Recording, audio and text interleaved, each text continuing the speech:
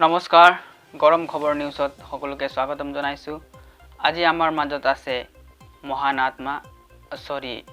মহান মহাত্মা তেওঁ জাতিপিতা মহাত্মা গান্ধী আজি আমাৰ মাজত আছে। আমি বহুত কথা পাতিম, বহুত প্ৰশ্ন সুধিম, তেওঁৰ পৰা আমি জানিব বিচাৰিম, তেওঁৰ পৰা আমি পৰামৰ্শ ল'ব বিচাৰিম। নমস্কাৰ বাপু। বলক ইন্টাৰভিউটো আৰম্ভ কৰো। আমি জানিব খুজিছো পুনৰ পৃথিৱীত আহি আপুনি কেনে অনুভৱ কৰিছে? পুৰণা ভাৰত আৰু বৰ্তমান অসমত আপুনি কি পাৰ্থক্য পালে? আমি জানিব বিচাৰিছো। চোৱা, ভাৰত এতিয়া বহুত আগবাঢ়িছে মানে জনসংখ্যাত এতিয়া বৰ্তমান শীৰ্ষস্থান লাভ কৰিছে। পুৰণা ভাৰত আৰু বৰ্তমান ভাৰতত মই এইটোৱে পাৰ্থক্য দেখিছোঁ যে পুৰণা ভাৰতত বায়ু বহুত নিৰ্মল আছিল, প্ৰদূষিত নাছিল। বৰ্তমান ভাৰতত বায়ু প্ৰদূষিত হৈছে, লগতে মানুহবোৰো প্ৰদূষিত হৈছে। আৰু বৰ্তমান ভাৰতত এই অসমত বহুত সমস্যা মই দেখিছোঁ। এতিয়া বৰ্তমান অসমত চৰ্চিত 2000 টকীয়া নোটটো ভাৰত চৰকাৰে RBI বন্ধ কৰি দিব লৈছে। এই 2000 টকীয়া নোটত আপোনাৰ ফটো আছে। এই নোটটো বন্ধ কৰি দিয়াত আপুনি কি কয়? আপোনাৰ কিবা অপমান হৈছে বুলি আপুনি অনুভৱ কৰেনে? হয়, এই পইচাটো বন্ধ কৰিবলৈ মই মোদী চৰকাৰক কৈছিলোঁ। কাৰণ এই পইচাটো বনোৱাই মোক বহুত অৱহেলা কৰিলে। কেনেকৈ কৰিলে এইটো চোৱা।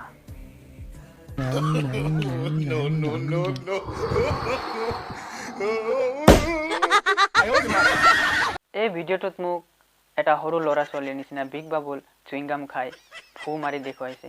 এইবোৰ দেখি মই বহুত দুখ পালোঁ। আৰু এই পইচাটোৰ ৰং মই অতিকৈ বেয়া পালোঁ। গুলপীয়া ৰং দিছে। এই গুলপীয়া ৰংটো বিশেষকৈ মহিলাবোৰে পচন্দ কৰে। মই আছিলোঁ দেশ প্ৰেমিক গান্ধী।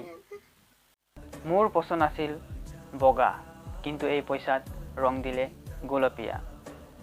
তাৰপিছত এই পইচাটো বিশেষকৈ ক'লা ধন বুলি আজি ক'ব পাৰি।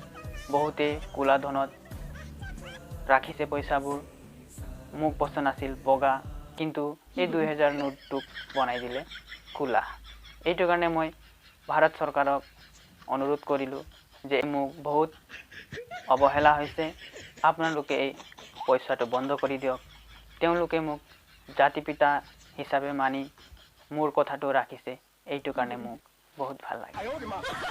নোটখন বন্ধ কৰি দিয়াত ৰাইজে বহুতো কষ্ট পাব, হাৰাশাস্তি হ'ব বুলি বিৰোধী দলে কৈছে। ইয়াৰ বিষয়ে আপুনি কি কয়? চোৱা, মই কৈছোঁ, ইয়াত সাধাৰণ জনতাৰ একো লোকচান নাই।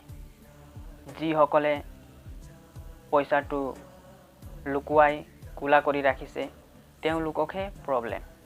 সাধাৰণ জনতাক একো প্ৰব্লেম নাই। তোমাৰ কিবা প্ৰব্লেম হৈছে নেকি? নাই, মোৰ একো প্ৰব্লেম নাই। সঁচা কথা, মোৰ লগত 2000 টকীয়া নোটো নাই। আৰু বহুত দিনৰ পৰা মই এই নোটটো দেখাই নাই। মোৰ একো প্ৰব্লেম নহ'ব। যিবোৰ মানুহে চৰকাৰক ঠগিবলৈ ইনকম টেক্স নিদিয়াকৈ পইচাবোৰ লুকুৱাই ৰাখিছে, সেইসকল মানুহকে কষ্ট হ'ব। সেইসকল মানুহে এই মাতবল দিব। সাধাৰণ জনতাৰ ইয়াৰ লগত একো মতলবেই নাই। আৰু ইয়াত 3-4 মাহৰ সময় দিছে। এই ক'লা ধনটো নিশ্চয় বগা হ'ব।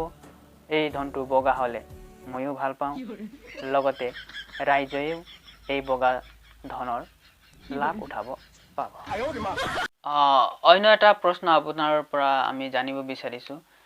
এইটো প্ৰশ্নটো মোৰ অকল প্ৰশ্ন নহয়, গোটেই ৰাইজৰ দেশবাসীৰ প্ৰশ্ন।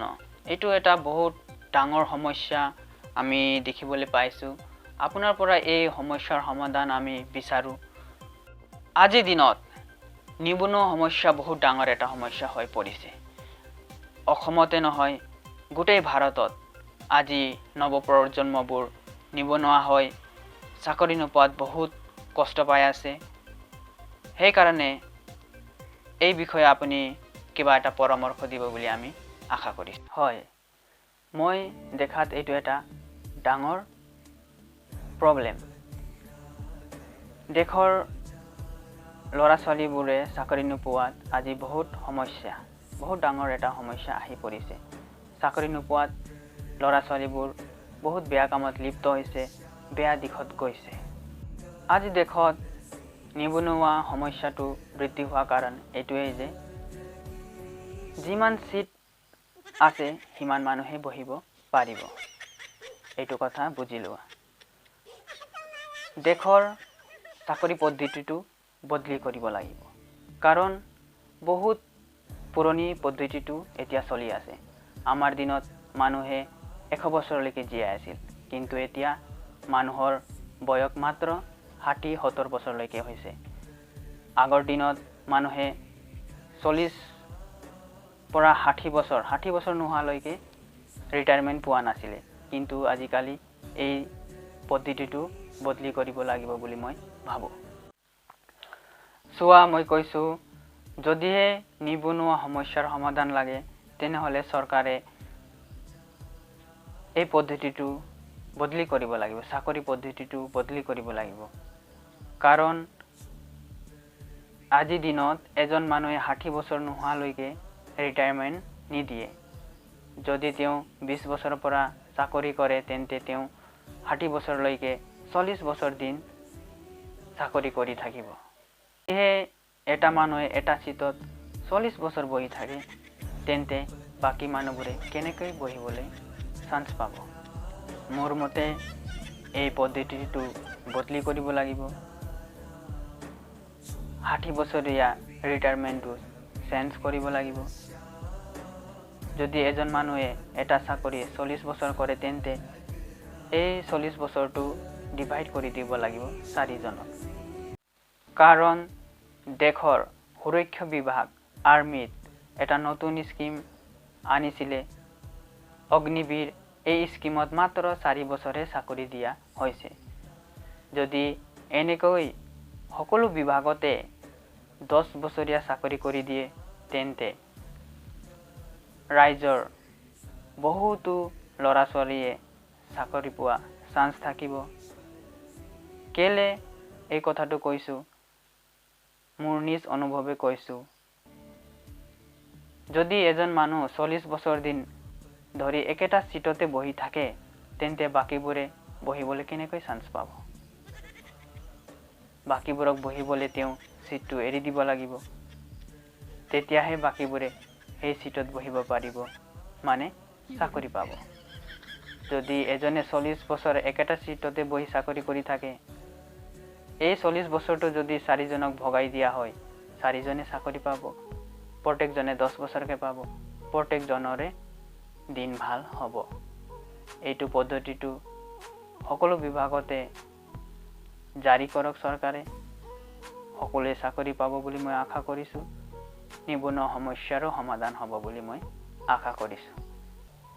যদিহে চৰকাৰে এই পদ্ধতিটো ব্যৱহাৰ কৰে তেনেহ'লে দেশত 50ৰ পৰা 80% নিবনুৱা সমস্যা সমাধান হ'ব। সকলো নিবনুৱাই চাকৰি পাব। সকলোৰ ভাল দিন আহিব। সমাধান দিলে যদিহে আমি এই পদ্ধতিটো ব্যৱহাৰ কৰোঁ, অতি সহজ আৰু সৰল পদ্ধতি। আপোনালোকে এই ভিডিঅ'টো সকলোকে শ্বেয়াৰ কৰক যাতে এই পদ্ধতিটো সকলোৱে গম পাওক। এই ভিডিঅ'ৰ যোগেদি চৰকাৰে এই পদ্ধতিটো ব্যৱহাৰ কৰক। যদি সঁচাকৈ এই পদ্ধতিটো ব্যৱহাৰ হয় তেনেহ'লে বহুতে এই নিবনুৱা সমস্যাৰ সমাধান পাব, বহুতে চাকৰি পাব। সঁচা কথা, যদি এজনে 40 বছৰলৈকে এটা চিটত বহি থাকে তেন্তে বাকীবোৰে বহিবলৈ ক'ত চান্স পাব? এইটো এটা সৰল আৰু সহজ পদ্ধতি মই অনুভৱ কৰিছোঁ। আপোনালোকে ভিডিঅ'টো শ্বেয়াৰ কৰি দিয়ক। সঁচাই এই সমস্যাৰ সমাধান হ'ব বুলি মই আশা কৰিছোঁ। বাপু, আপুনি ইমান ভালকৈ সমস্যাৰ সমাধান দিলে, ইমান সৰলকৈ বুজালে। এতিয়া আমি আপোনাক বিদায় দিব বিচাৰিছোঁ। ধন্যবাদ